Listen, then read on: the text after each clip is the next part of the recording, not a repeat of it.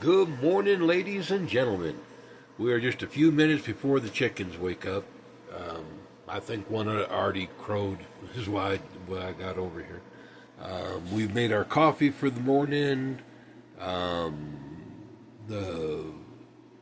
collective meter thing says we put in about 200 and something kilowatt,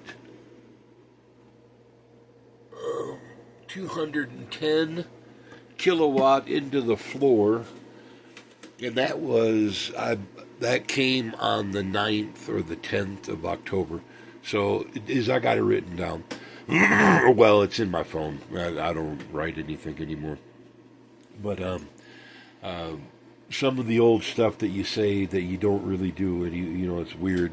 Um, but is like the 10th, I think, of October. By the time I got it put in, at least it's there. Is the the meters worked ever since, and it's measured how much energy is went into the hot water.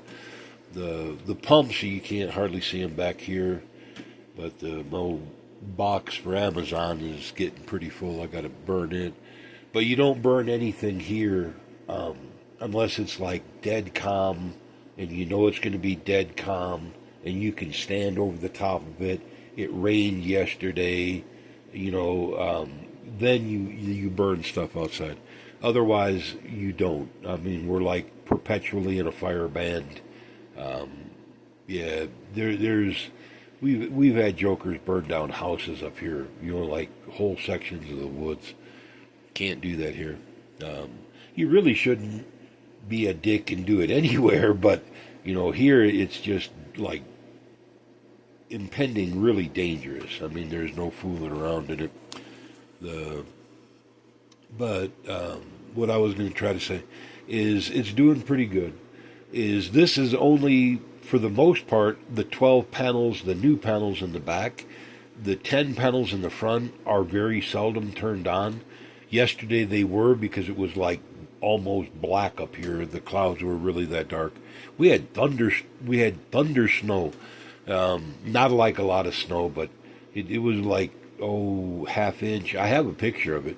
Um, it kind of looks like the ground just like caked up or whatever. It looks weird. Wasn't really sleet. It wasn't really snow. It was something tweener. It was in the tweener of them. Um, but about a half an inch of it is what we got. And like I said, it was big booming, thunder and all that while it was snowing. Really kind of wild. The Finally got it all done in the. I had a parasitic draw on one of these old plugs that I had in the old system. It's gone now. It's like right here. I replaced it with that little black one, um, and it doesn't do that anymore. But is the and I even forgot where I was going with that, anyways. But my inner OCD got to me the other day, and I started like leveling up all the lines and redoing stuff.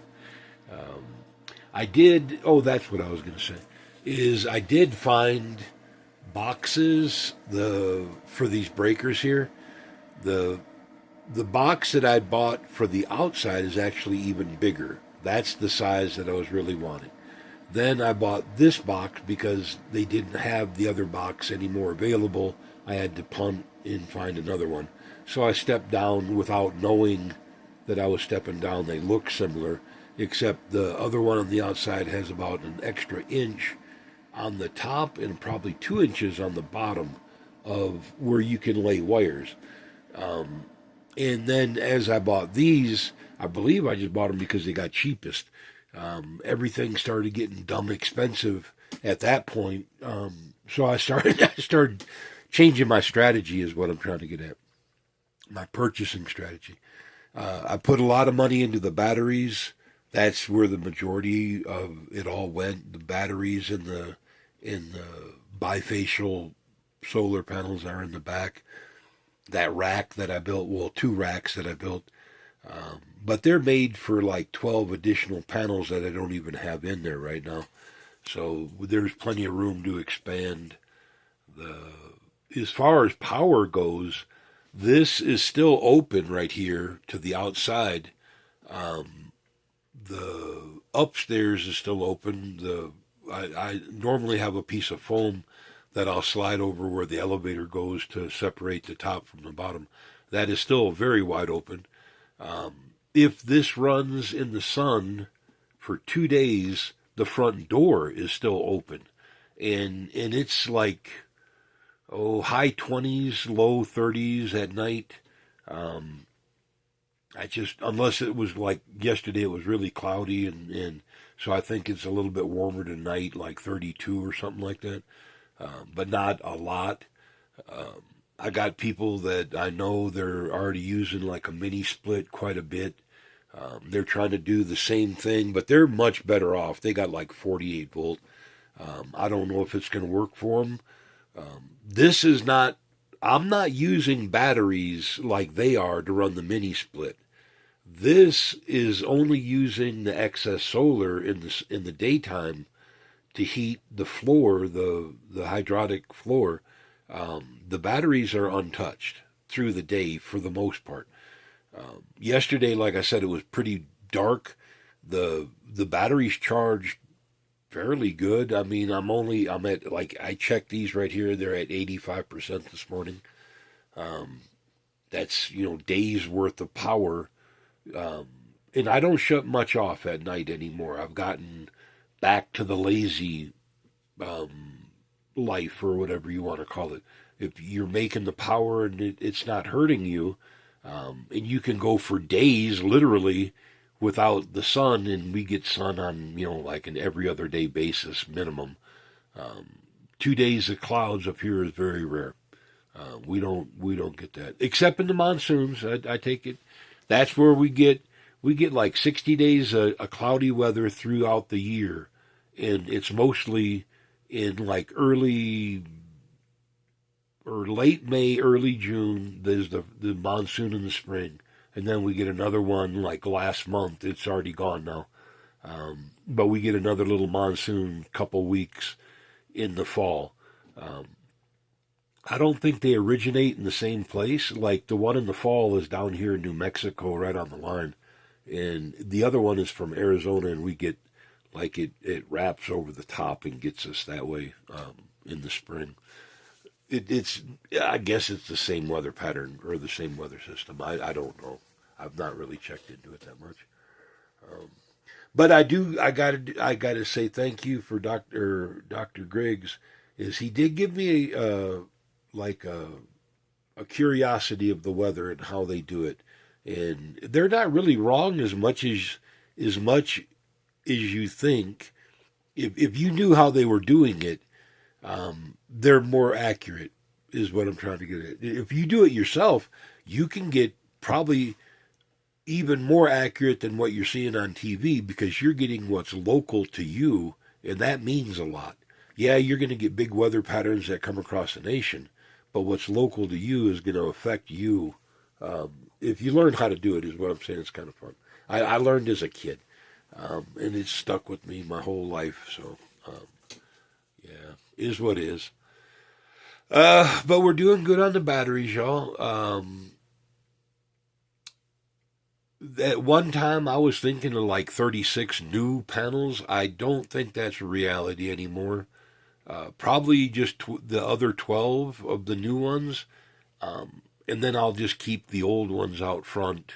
There's no real reason to replace them. Do they do like as much power? No, but they do fill in when you need that little oomph. You know what I mean? Um, but do you need like arrays and arrays of panel up here? Okay, no, you don't. Maybe in your area you could. You know what I mean? Cloudy weather makes a big difference when it comes to solar, y'all. Is now that I can't stress enough. What works here may not work for you. What works for your neighbor or your friend may not work for you. Um, what works for you here might not work for you there. It really is conditional to the location. And especially if there's trees or shading involved, all that kind of jazz really knocks solar in the head. I mean, it's not Superman. You can't endlessly dig the sand out from underneath it and expect it to perform at a level. It just can't do that. But with lithium and all that, you can't really knock it. This is going to be, it's the end of October, like the 24th or 25th or something like that. I should have already burned like a rick of wood ish.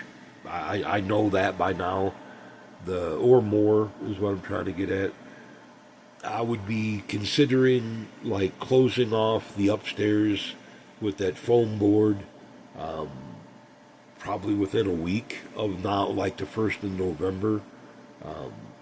I would still go up and down, and it won't freeze up there because it's like directly above, but it doesn't allow the cold to come back, like in the wind, especially.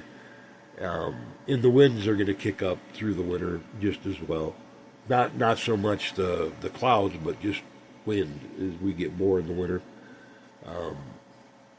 Is the And that's just something that unless you're down underground or your walls are 2 foot thick, the wind really kicks hard up here, like a whole different level of like suck away the heat from your home or whatever. It's pretty rough. Not unbearable, but it's something you need to like consider is when you're building and how you build and stuff like that. But like I was saying, just the 12 panels in back with no nothing else, no, not even hardly the ones in the front on, except for like yesterday where it was cloudy. They've done they've kept the house warm. I have no reason to wear a t-shirt. If the floor is heated, if we have 2 sunny days in a row, I leave the front door open still, to the outside. It's not it's not even remotely cool in here. Is the saturated temperature is 81 degrees, through coming out of the floor through the tank and all that, and the floor temperature is 78.3, 78.4. That's just crazy, is what I'm trying to get at. For as far as warm goes, and whatever the surface of the floor is, that's pretty much what the room is too. Like, I don't know how to say that. I don't foresee like burning near as much wood as I did in the past winters. Am I still going to burn wood? Well, of course, because the wind, when it does kick up here, it gets like hellish. I mean, the wind is like stupid wind. And cold, I mean, not just cold, but wet and everything else that goes along with it. So am I going to burn wood this winter? Yeah, I can't see not burning wood. It's not, this little setup is not going to replace this beastie thing over here, is what I'm saying. Not the same. I'm still working on the sand battery. Right now, at the moment, that's not what I'm doing. I'm working outside, trying to flatten off a space where my cistern tank is going to move and go down on the ground. I'll take you some pictures of that. That's just digging dirt and moving it in 5-gallon buckets.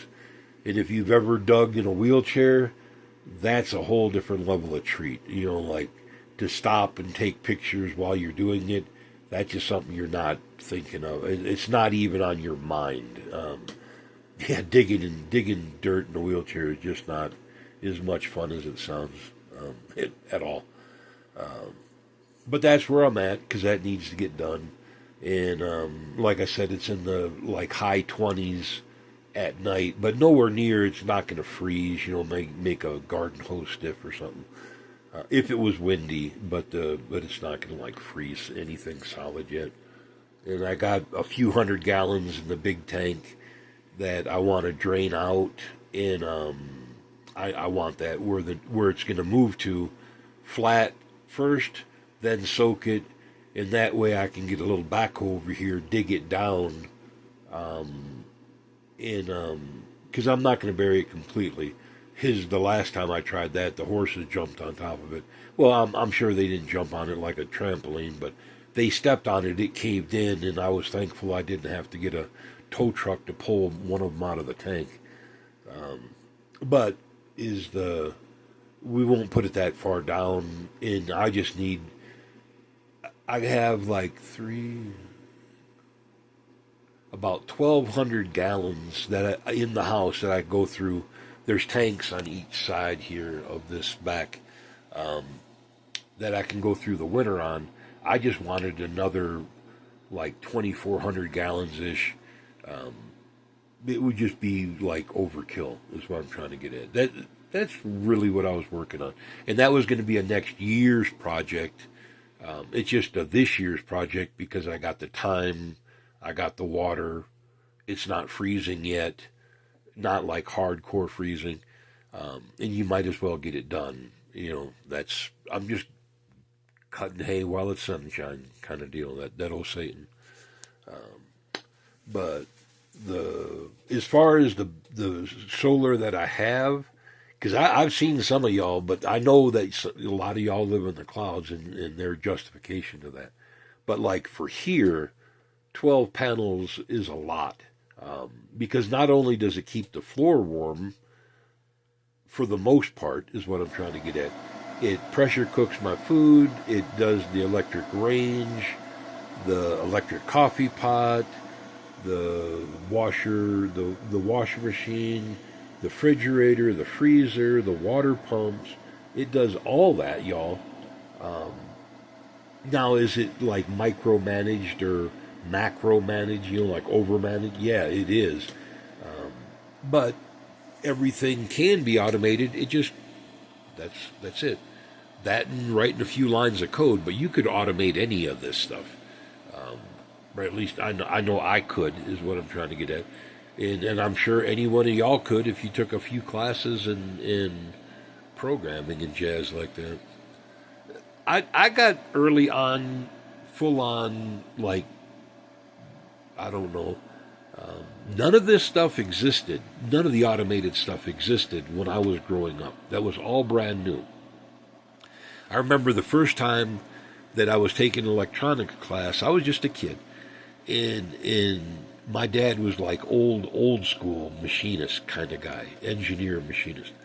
And he knew that his golden rule that he was brought up with is electricity flows one direction. That he always said stuff like that, is what I'm trying to get at. And I remember when I told him about a diode flowing both ways, I thought I was going to get my face slapped for lying. I mean, he took that as a personal affront. It was like, oh, wow.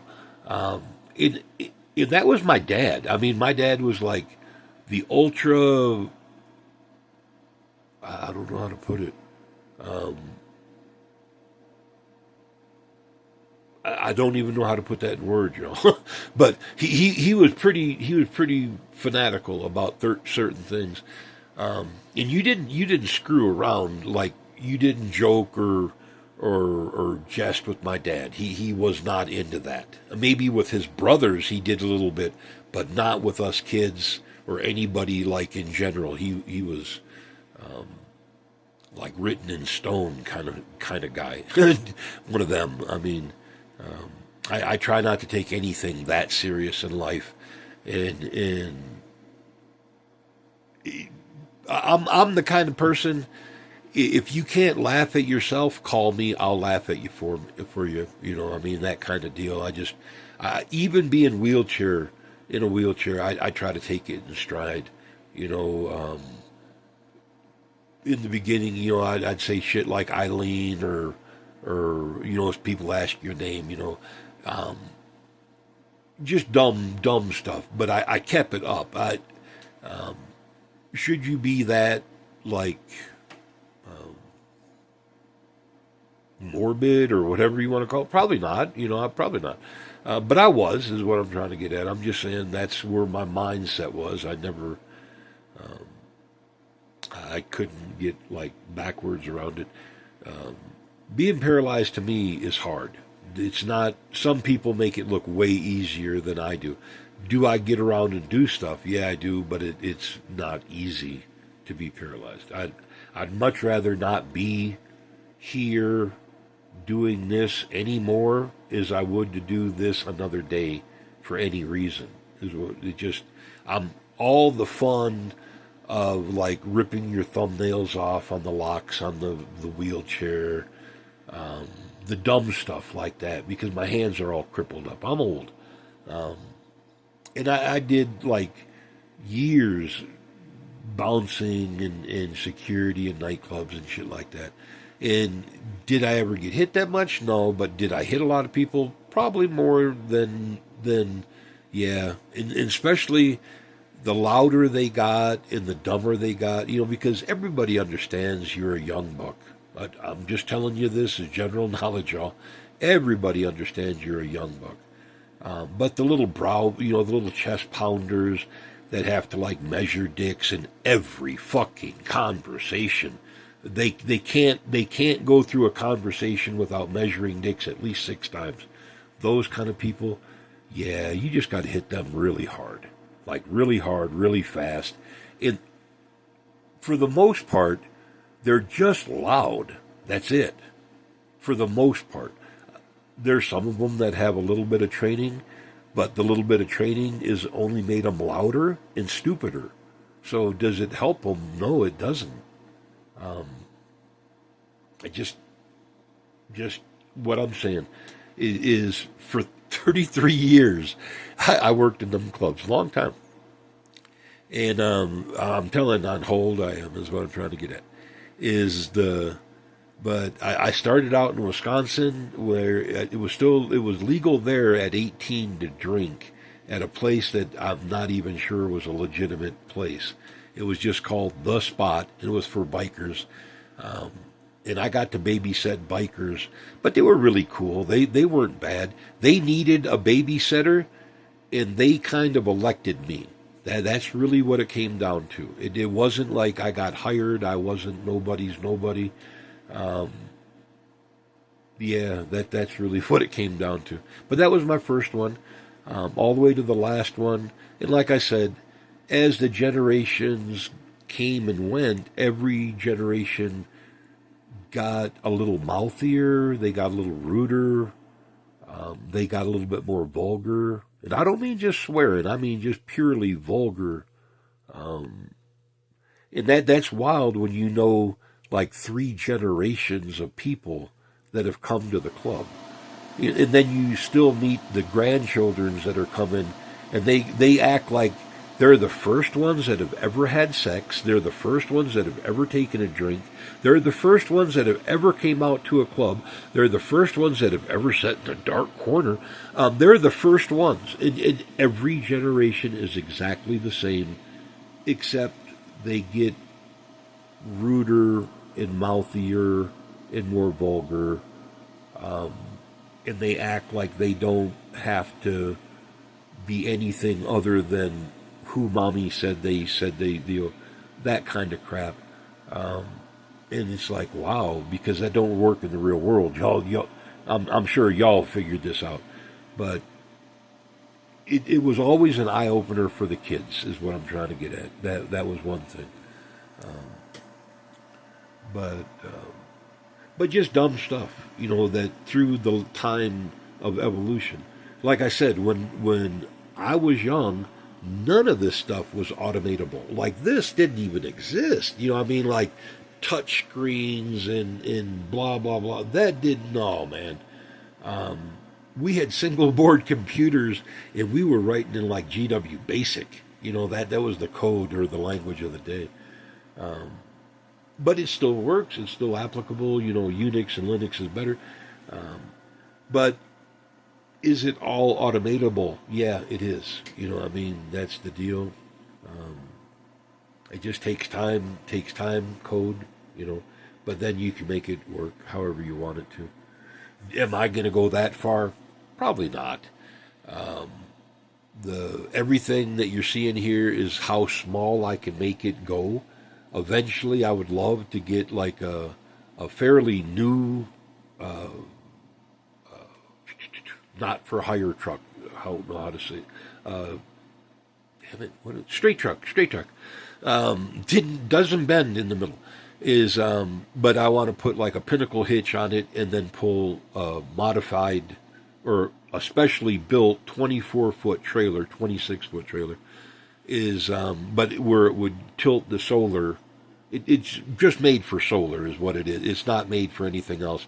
Maybe my electric buggy, put it on that same trailer is what I'm trying to say.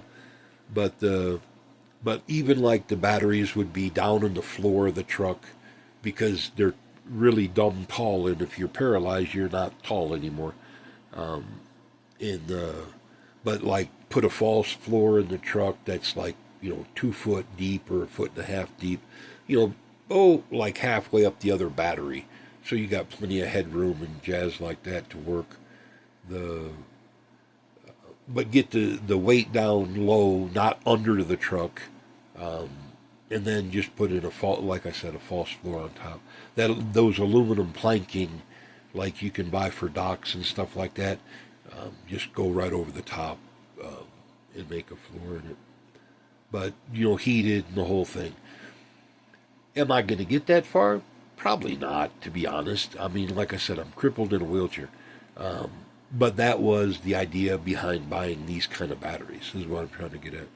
The battery that I want to get, and that's really the only one that even is like an offer or whatever, or a collaboration, it's the MB56. It would be like 4 of these together. Big battery, but 48 volt. I want 2. And 2 big inverters that are 220, that can do the split phase, so they're out of cycle of one another. What I was saying is, I did say that. They make a bigger box. It'd be like this box turned this way, that just a little bit taller, but makes wiring so much easier. Like the wiring I did out on the rack in the back, beautiful easy. This one was easy. That and all the rest of these, not as much. And some of these have little bitty, like 10 gauge wire. I mean, they're a little AC wire, and they were still tight to fit. This big 6 gauge panel wire and stuff like that, high amperage stuff. No, man, that just no way, no. That size there is about as big or as small as you want to go for this big cable over here. Just don't even. Not that they're bad boxes, great boxes, blah, blah, blah, blah, blah. I'm not saying that. Just not enough room for the wire. Once you get past that little bitty 120 wire there, the 10 gauge, you could use that for 220. I'm just saying like 20-something amp wire. Then that's it for those boxes, for the size on the inside. You want to go with something bigger, much bigger. Just word to the wise is all. Y'all, this is getting long, and I'm going to cut it short. And probably drink me another cup of coffee. And I hope y'all having a great day and a great weekend. Don't take it to heart that he's like tearing down the White House. I'm sure he's not going to get like the center section or whatever. What he's doing this for, I don't know, y'all. I don't know. There's only one thing underneath the White House on that side, and that's the presidential bunker, the command bunkers underneath there. So, but what he's doing, do I think this is all like benign and he's just building a ball? No, I don't. You don't have the most mentally addicted people in the world get together and then make this kind of plan like it's a good thing. And then to tear down a 200-year-old building because it was a whim, or whenever they put it up, 1900s or something like that. 120-something years old. It's that wing alone is like older. It was old when Trump was born. I mean, and he's old. And he just tore it down like like he was God. Now, I don't mean king, like he was sovereign God, and he didn't care what anybody said about anything, and he can do whatever. If this doesn't make you worried, well, you keep right on huffing ether, buddy. If you're anyone that makes this worried, yeah, you need to have plan B. And you need to do it like right now. No fooling around. This is serious. We have a demented lunatic in the White House. Take that for whatever you want. But he is a demented lunatic. That's all that's to it. With severe, like grandiose or delusions of grandeur or whatever, he thinks he's some form of deity. He's way more than king in his own mind.